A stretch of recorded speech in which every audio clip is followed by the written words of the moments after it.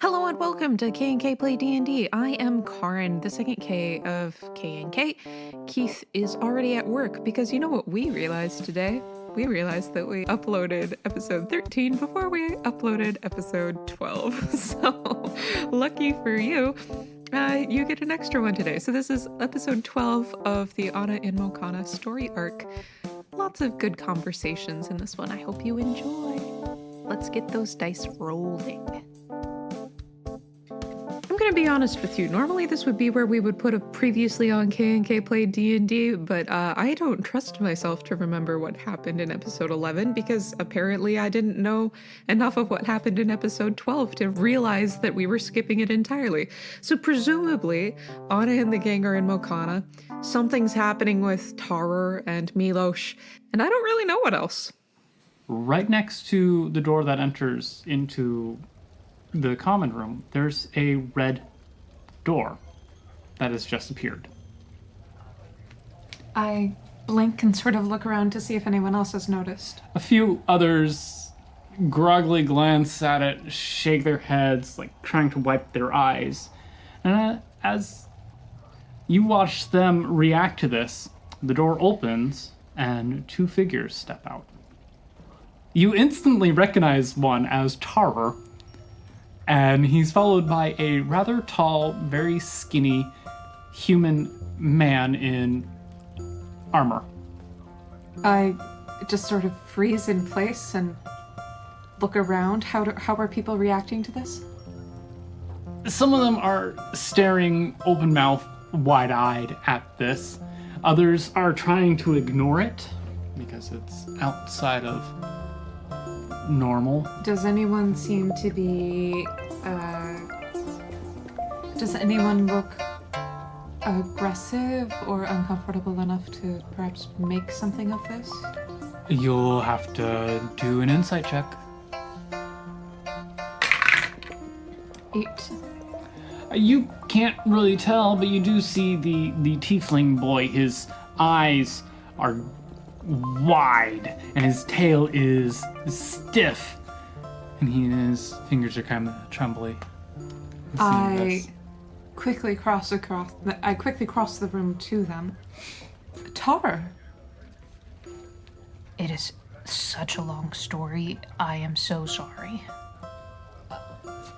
All right, have you breakfasted?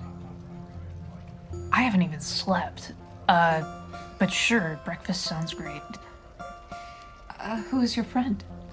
I am Milosh, the High Cleric of Taff and Tef, serving his great and honorable, exalted Lord Tarur, the Merciful.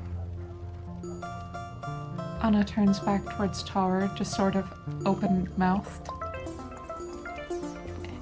Yeah, I already said I was sorry. Right. Let's find a table. Go back to your table. Yeah. Okay. Is the folded piece of paper still there? Yes, it is. Does it have anything written on the outside? It has your name on it. Oh. Excuse me. Lieutenant Anna and Company, I have been made aware that you have requested an audience with me. Your request has been granted. We shall meet today at midday in my palace offices. At the appointed time, my aide will find you and escort you inside. In service to Mokana and her peoples, Lady General Tassi. Well, that's good news. That's more progress than I expected. Tara, you're just in time. We're going to go see the general. Great. Really happy for you. That's good. Why aren't you here? I think Milosh could inform you. Oh, of course. I will inform you of his contract with Agent Frankie, chosen one of Samek. Wise Paladin Anna, chosen one of me. I am Milosh, servant of his great Tarurness. Please, just call me Anna. Of course, Lady Anna the Wise. Lieutenant Anna, or Lieutenant Tascara, if you must have a title for me. Or Paladin Anna. Lieutenant Paladin Anna. That'll do. So he lets Anna know in his flowery, overly done speech what's going on. Okay. Anna listens, and then I ran into some of these undead on the way here. We were in a village that has been overrun by skeletons and creatures made from bodies exhumed from their own cemetery, apparently. Yes, So that sort of thing is happening here in the city as well. yes. Are there many cemeteries in the city? There are a few, and there are more outside of the city. But Are they crypts? Are they individual tombs? Are there graveyards? there are catacombs under the city. So just giant collections of bones just waiting to be violated. Necromanced. And the plight is originating here. That is terrible. Yes, Has the Lady General Tossi done anything about this? I do not know. She is not a servant of Taff and Tath. Well, perhaps it is a good thing that we will be... Perhaps it is a good thing that we have an audience with her later. Perhaps. Yes. We will be able to both bring greetings and offer service. Yes. And Tarur is just sort of nursing a cup of coffee. Ah. Just sort of, At this, head rested, like elbows on the table, head rested against the mug. At this time, the two servers come by with food for the three of you.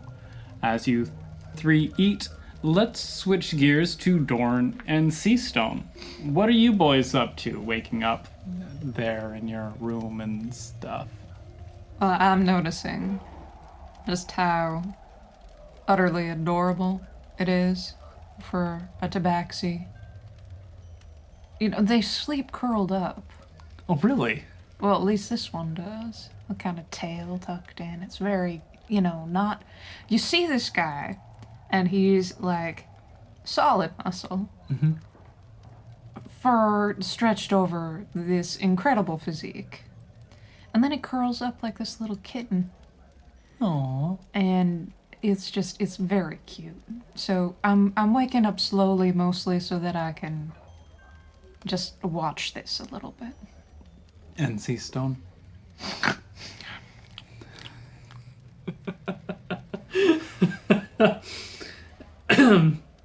Of course.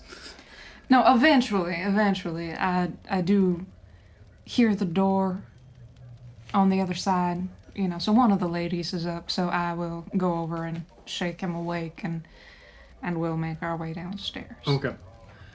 You guys come downstairs, and there's Anna with a dragonborn and another human, and a white tailless cat sitting at a booth. No, let me try that again. Maximus, what did you do to your fur? I'm not Maximus. Oh, your voice changed. I cannot find this accent for the life of me. Why did I choose this accent for Seastone? I need a different accent for Seastone. Anna, if you would do us the pleasure of introducing us to your friends. And she does. Tarur and Milosh and Lyra. It is a pleasure to make your acquaintance. You're nice. I am so confused. Why, big cat? Where's True? Maybe if True were here, I might have a better idea of what's going on. As if her ears were burning, True comes downstairs, stumbling a little bit, wiping the sleep from her eyes, and just pushes Dorn further into the booth and plops down. They brought us some friends, apparently. Her hair is still bed-headed. Quite a bit of it's curled up in her horns. She hasn't brushed it yet.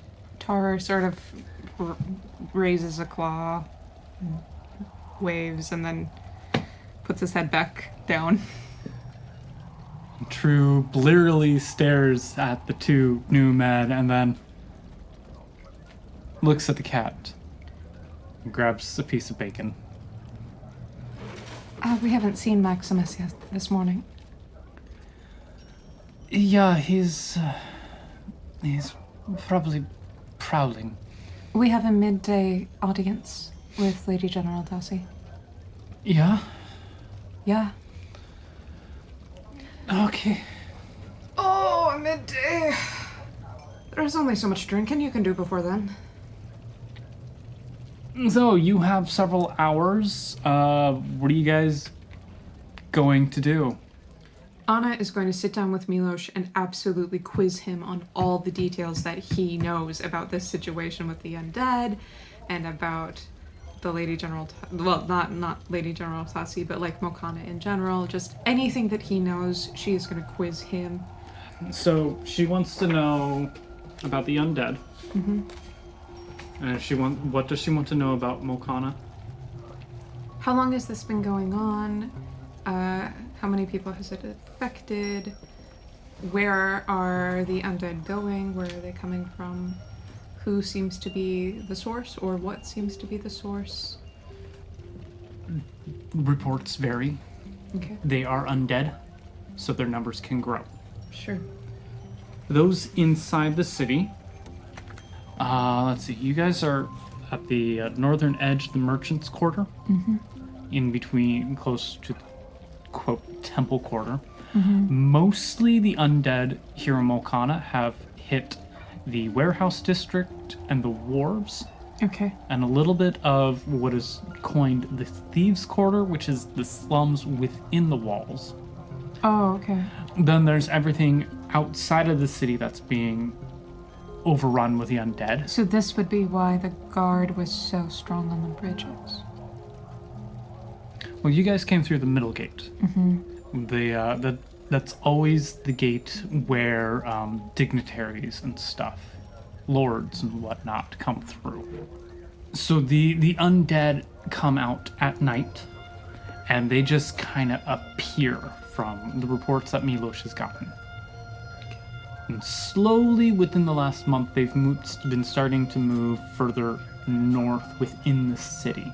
And there's no way to triangulate their source. At the moment, no. But it appears that they're coming from the west side rather than the east side. Yes. That's what we know. Then there's the stuff happening outside of the city, which is coming from west, like what happened in Green Hill. What else did you want to know? Anything that he might know about the leadership in Mokana, or anything that would be helpful going into a meeting. All right.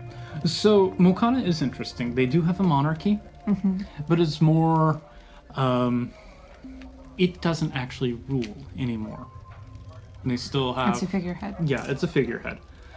They have a ruling court of 7 officials, each coming from different groups of the citizens of Mokana, different group. There's a military person, there's an elven representative, there is a merchant guild representative, noble families, there is the artisans and trades people, there is a representative of the royal family on the council, and then one for the temples and priests.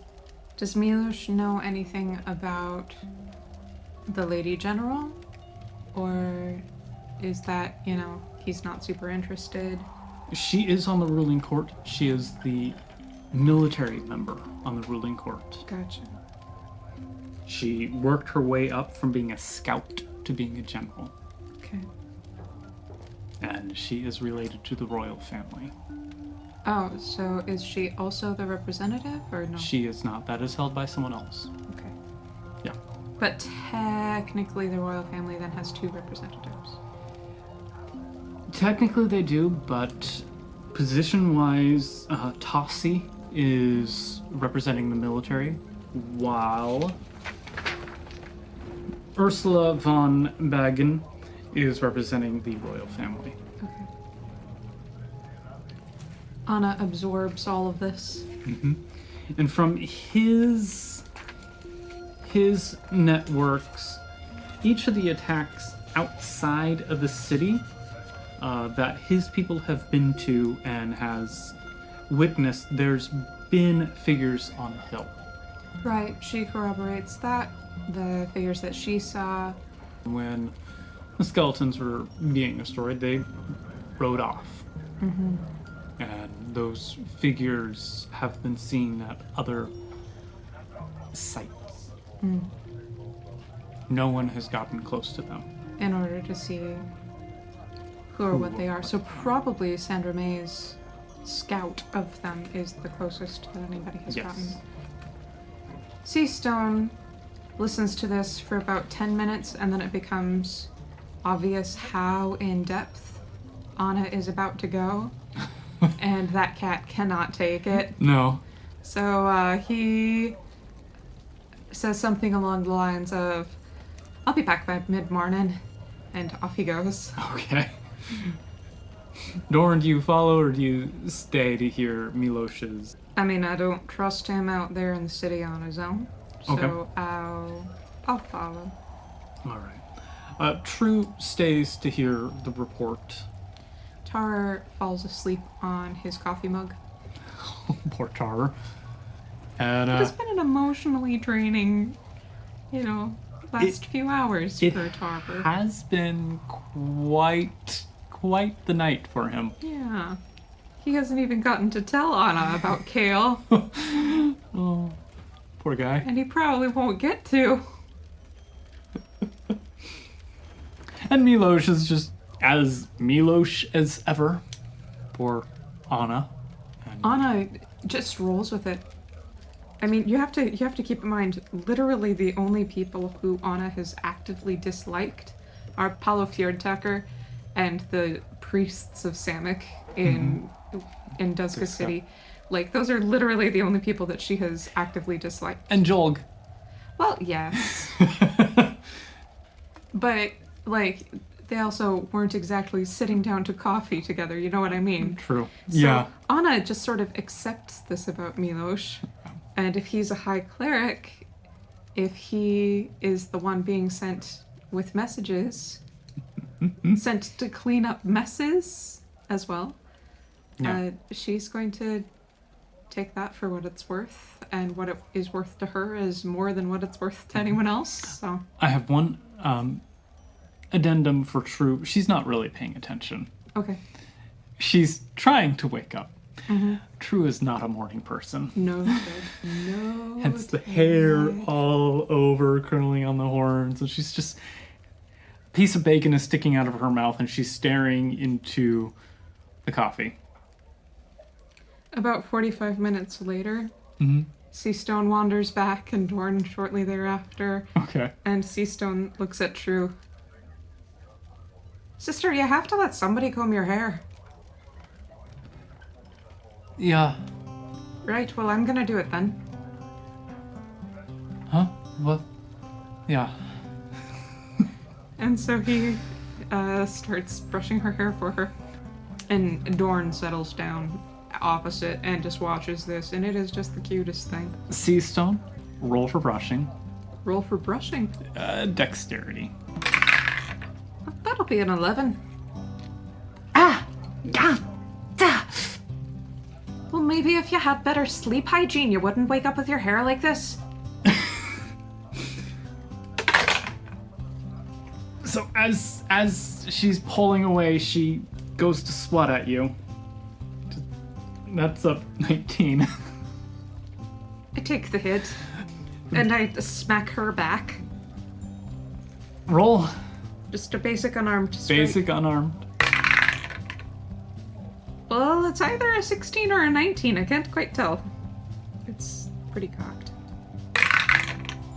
Well, the others were better. The others were better, yeah. So she's able to block your smack and just growl and then settle down and then slump forward as And see, Stone just goes back to work, and he's ignoring the others, so he's awake now. You know, he had a nice morning. What do they call that? He's constitutional. And True just lets you brush her hair. And Doran, in the meantime, is kind of dividing his attention between this highly entertaining spectacle and the conversation between the paladin and the young man. He doesn't look human. I mean, can I insight check to make sure he is human? Sure, go for it. I rolled a 2 with my modifier that goes all the way up to 8. Oh, nice. He seems human, but he also seems very otherworldly. He, Now, remind me what I did with Miss Sandra May while we were resting. She's probably with the horses in the stable. Alright. So, Anna, Yes. you and your quiz of Milos, Yes. how is that going for you? It seems to be going very well. I feel rather better equipped than I did at the beginning of the conversation. Digesting everything all right? Yes, I think so. How are you feeling with this new information settling in? Righteous anger, mostly, Okay. on a variety of fronts. I think it will be an interesting conversation with the Lady General, Okay. but one I am happy to have, Okay. so I am starting to look forward to it. All right. It is mid-morning by this point, 10 o'clock or something by the time you finish questioning Milos. How's Milos doing? I am doing well. Excellent. It is nice to be able to tell someone of what has transpired here. Sure it is. And my grand, wonderful Lord Tarur is resting peacefully next to me. He looks like a young drake in slumber, with a little bit of drool coming out, which is exquisite. Yep, looks like a young drake about to wake up and do some damage. Destroy everything, yes. And that will be wonderful to watch, to witness the wrath of the merciful Tarur. Yes, indeed. So you have 2 hours or so until your meeting. What do you want to do, Anna? I want to get completely dressed, full armor. I go and polish up, make myself look as presentable as possible. True goes up and gives you a hand with whatever you need. Sometimes that armor you need an extra person with. Yeah. And you now have a new weapon to deal with. Right. Does True question that? True is giving it the side eye. Like, I don't remember that being there before. Yeah, and it smells of builder. But maybe Tarur brought it. Maybe this guy brought it. There's rings on it, and isn't that the ring that Maximus gave her? And Anna, I don't want to be. What is that? Oh, it's a glaive. Yeah. Where did you get it? I mean, we went to sleep together here, and you didn't have it. Right. No, I didn't. Last night sometime. I'm not sure exactly when it was, but Ro came, and took me somewhere to retrieve this, and also my prayer book, which I'm very, very grateful to have back. And her eyes go wide. Anna doesn't notice. Ro? Yes. Ro was here. Only briefly. You were sleeping. Yeah. And he gave you that. He took me somewhere to pick it up. I actually think it's technically from me. As I understand it. Yeah. But the prayer book is from my... it's my prayer book. to my goddess. Yeah, that's you are strange. Yes. Yes, I'm beginning to believe so. Well, I hope it serves you well. Thank you. I hope so too. It's been a very long time since I've used a weapon like this. Yeah, it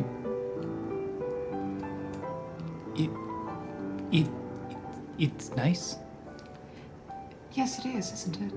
It's beautifully designed. Yeah, and it is nice.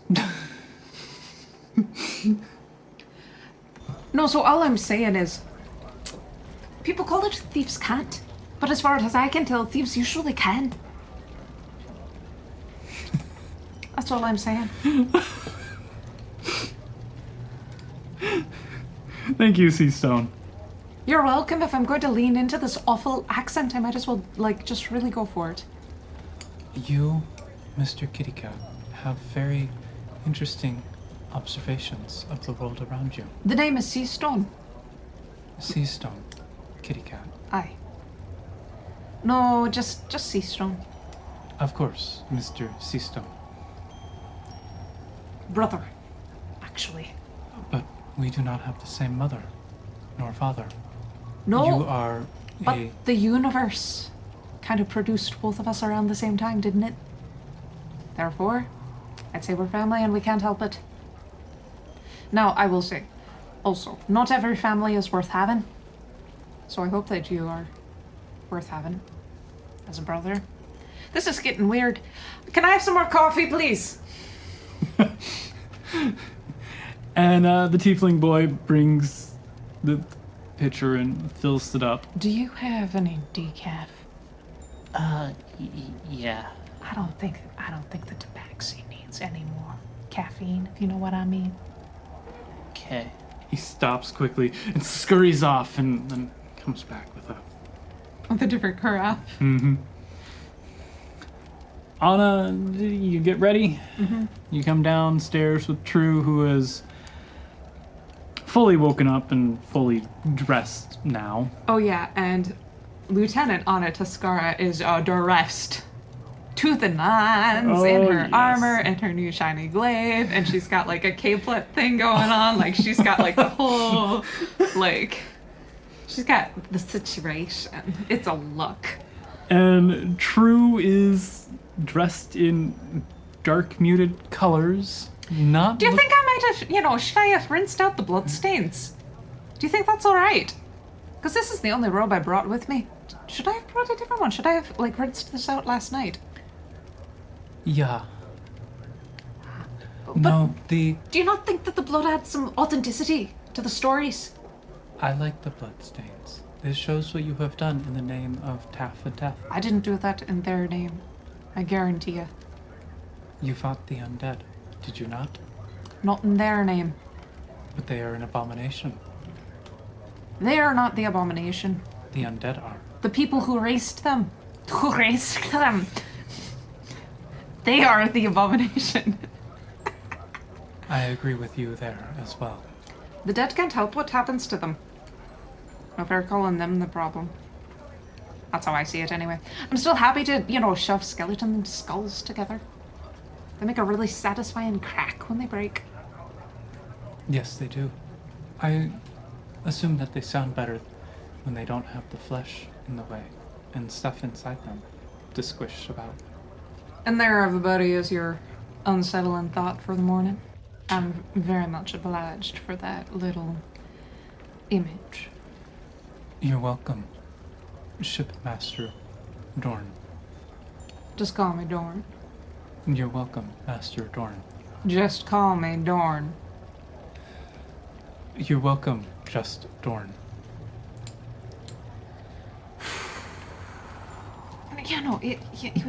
You don't... I can see that you're tense. But, he's just winding you up. Just winding you up. Yes, and it's working. So it probably took Anna 40 minutes to get all polished and ready. You guys have an hour. What are you going to do? How far is it to Lady Tassi? She is within the palace, which is in the very top northwestern part of the city. That looks very much like it would be a walk. Yeah, it would. So I think they start walking. Okay, you guys walk through the city. Of course, it's getting close to midday. It's bustling. There's hawkers about, there's carts going around, workers, travelers, life. And unlike the other cities you and Tarur have been to, there is a much broader swath of life in this city. I mean, of course, the majority of the people are humans and elves, but you do see more tieflings, you see a few tabaxi, you see goblins, kobolds, you see a couple Goliaths, you see at least one furbold. You see For what? Furbold. Yeah, you said for bold. That's the mix between a furbolg and a kobold. Oh my gosh. You see one furbold, You see one furbold. and you see one kobold. Yeah. And So you don't want to think too hard about that. there's quite the swath of life within this city.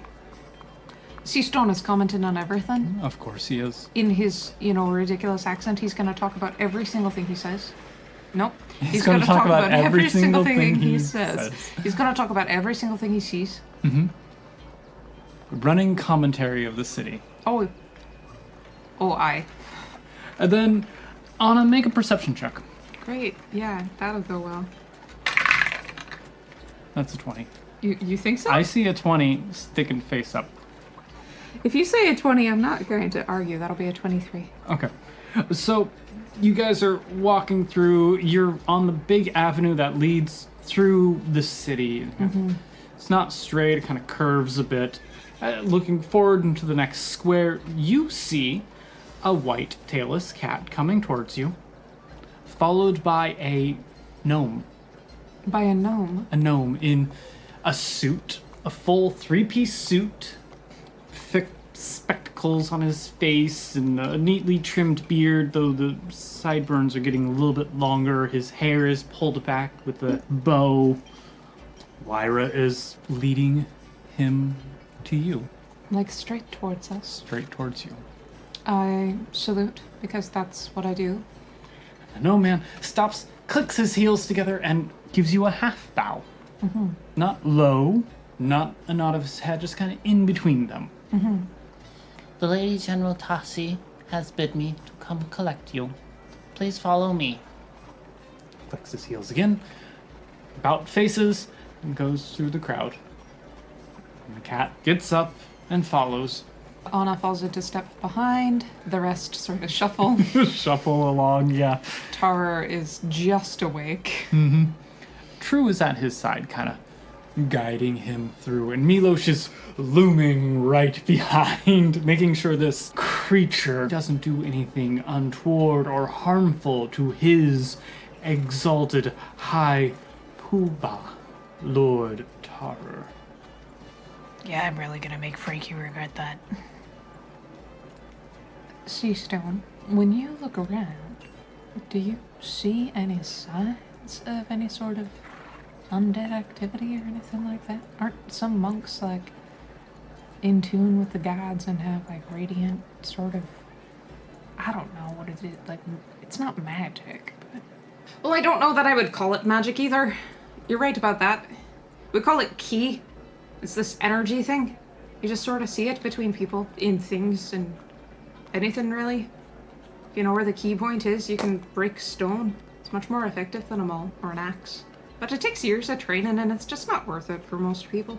I know, but I was asking you, are you one of those monks that has, like, some sort of attunement to godly radiance, divine, anything? Alright, look at me. Do I look like the sort of man who has some sort of attunement to divine radiance? Honestly, when you look at me, you see a cat. I do what cats do. I hunt, and I fight, And I sleep, and I eat, and I sleep, and I eat. And I bathe occasionally when I have to. Every once in a while I see flashing lights and I get really distracted by them. Alright. True. Yeah. You have some sort of divine thing. I wouldn't call it divine. Right, but when you hit things, sometimes there's a glow. Yeah. Isn't that... Well, maybe it's not. Do you, when you're looking around, do you see any signs of these attacks? Now, since I'm rolling for her, what do you want me to roll? Just perception?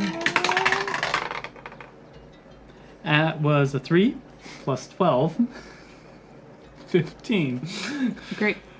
Yeah. No, I don't see much around. Just underlying fear. Maybe that's what I'm sensing. People being uncomfortable. Yeah. All right, and so the gnome leads you into the court in front of the palace, and the palace is large and imposing, but he doesn't lead you to the front gates that are big and huge that lead straight into the palace. He leads you around, and you're inside the front gates, of course, and there are two different sets of guards. There's the basic Mokana guards that you've seen patrolling the city, along the walls and the bridges into the city. But then there are also royal guards. They're there to protect the royal family. So he leads you around the side, and there is, between two of the battlements, there's a small entrance, a door that leads you inside. There are guards there, one of each kind, leads you in through the door. Enter this room. There's a set of stairs 40 feet in front of you that leads up, two doors to either side. There are tapestries of Mokana in its grandeur. He leads you upstairs straight away. He's not watching to see if you're following or if you're gawking. He's got a job to do, and he's marching. Granted, the steps are made for larger people. It's like someone who's taking 3 steps at a time on a set of stairs. You would think that they would make more of an effort at accessibility in a city like this. One would think, yeah. So you go up one half of the steps, it comes to a landing, and then it's 2 flights going up the rest of the way to left and right. He takes the right and leads you up to a hallway back north where you came from, in the corner of the building, like under the battlements and stuff. And he opens the door, and it's this office with rich oak paneled walls. There are windows looking out that once were like arrow slits. So there are a couple armor stands with armor on them. There's a fireplace with a fire going in it. There's a desk, of course, piled with lots of stuff. Many chairs and cushions and couches situated more around the fireplace. And there is a half-elf woman, deep copper skin, brown eyes, and short-cropped black hair. She's standing up from behind the desk, comes to greet you. Anna salutes. And she salutes you back. Okay. Lieutenant Anna, I presume? Yes, ma'am. I bring greetings from Lady Francesca Dumarat of Blue Sea Keep and Seabrook. Ah, there is a new noble down there. I was not aware. She's a relatively recent installation. Ah. Well, congratulations to her, and I welcome your greetings. We come to discuss the scouts that visit us on occasion. Ah, of course. Come in, have a seat, all of you. Well, that's a larger group than I was made aware. But please, everyone have seats. We have some late additions to our party. Ah. My apologies. She smiles. That is all right. And these things happen. Please, everyone have a seat, and we will converse. You too, Milosh. Sit. Milosh does his sitting thing at the very edge of the seat, ramrod straight. Seastone is looking very uncomfortable. His tail is twitching a lot behind his chair. Dorn is remarkably relaxed. And Tarur is very awake, but feeling his sleep deprivation. True is seated near Anna and is watching everything. Lyra jumps up and sits on the arm of the chair to Lady General Tassi. And the scouts, what would you like to discuss about them? Lady Jumarat thanks Mokana for sending troops so regularly. However, as Lady Francesca has been studying her lands, it has come to her attention that we are not under Mokana rule, unless we are some sort of territorial outlier. But on the maps of the property that we have in Seabrook, it does not appear to be the case. If that is indeed the case, then drawing up some sort of letter of understanding would seem to be the next step. Yes. Seabrook is not, at the moment, a part of Mokana. Does Mokana intend for it to become so? I will be frank with you, Lieutenant. There are some who wish it to. There are others who do not care. It is a small piece of land, a small area, but it is wealthy in its enterprises, the fishing trade that comes through there. But it is, in the grand scheme of things, wholly insignificant. Do I trust this woman? Do I believe what she says? Roll insight. 19? She seems like she's being genuine and honest. But 10 scouts every several weeks does not seem to constitute much of a presence, nor does it constitute much of a protection. Would you like there to be more? She glances over at Dorn. Dorn shrugs. I can speak to the scoutmasters and have troops swing by more regularly if that is what the lady requests. Tarur isn't super liking this lady. Yeah. It has something to do with, like, just his general distrust of authority and government and all of that. Which he experienced a lot back home. Can Tarur run an insight on her? Sure. That's a nat 20. Ooh, nice. So All right. that's a 26. Tarur, she is speaking the truth. You also get the feeling that Seabrook is very insignificant to what this woman is dealing with. Like, you glance at her desk. Her desk, yeah, there's an order to the madness of reports and stuff, but she has a lot on her plate right now. And Seabrook, really, that's bottom tier. He reaches into, like, the depths of his being and imagines what a cool story this is going to be to tell Kale later if he succeeds. And he sits forward. Well, if it's an army for protection, we already have that covered. But we wanted to thank Mokana for its years of service on Seabrook's behalf. You're welcome. We also wanted to offer our services to Mokana in this your time of crisis. And there you have it. Another episode of K&K Play D&D is in the books. That was Anna and Mokana, episode 12, the missing episode. Actually, a kind of important one, because this one sets up all the information that you're going to need for episodes 13 and following to even make sense. So I'm glad that we got it this early. And apologies to those of you who have already listened to episode 13 and are wondering what you've missed. This was it. The Retroverse Kickstarter has been funded at $100,000. So excited for them and all the good work that we know that they're going to put out. Music was written by Keith and myself. There was a pipe organ piece in the middle of the episode. That was a Bach chorale performed by me. All ambient tracks are from Tim over at tabletopaudio.com. You know how to reach us as long as the social media are actually working. That's at K&K Play D&D on most of the likely suspects. And finally, this is Karin, the second K of K&K Play D&D, signing off. Thank you for listening, and thank you for your grace. Be well.